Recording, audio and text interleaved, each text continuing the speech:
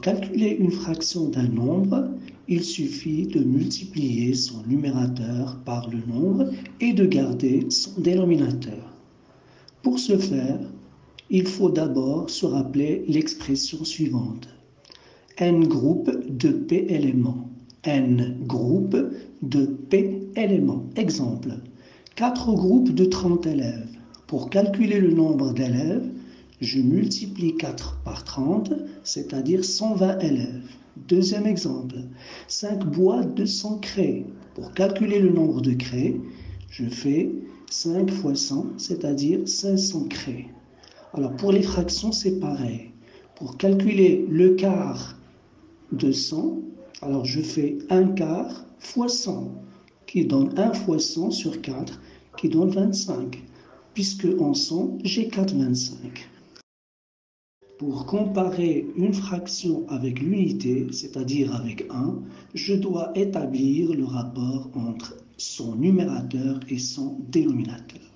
Cette comparaison nous permettra de placer des fractions sur une unité circulaire, cercle, triangulaire, triangle, rectangulaire, rectangle et même linéaire, c'est-à-dire sur une droite graduée.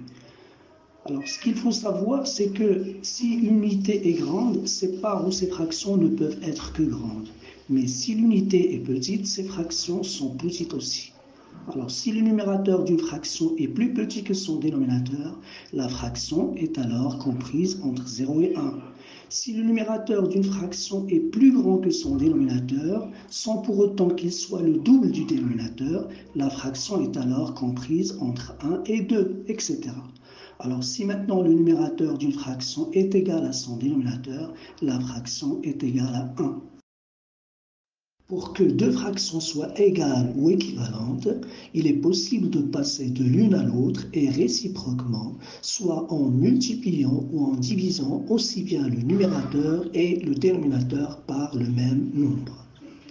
Vu le lien entre la multiplication et la division, et puisque les deux opérations donnent la même famille d'écriture, on choisit l'une ou l'autre pour former des fractions égales ou équivalentes. La notion de fraction égale nous facilite énormément la comparaison et le rangement des fractions. Pour finir, je vous remercie pour votre écoute.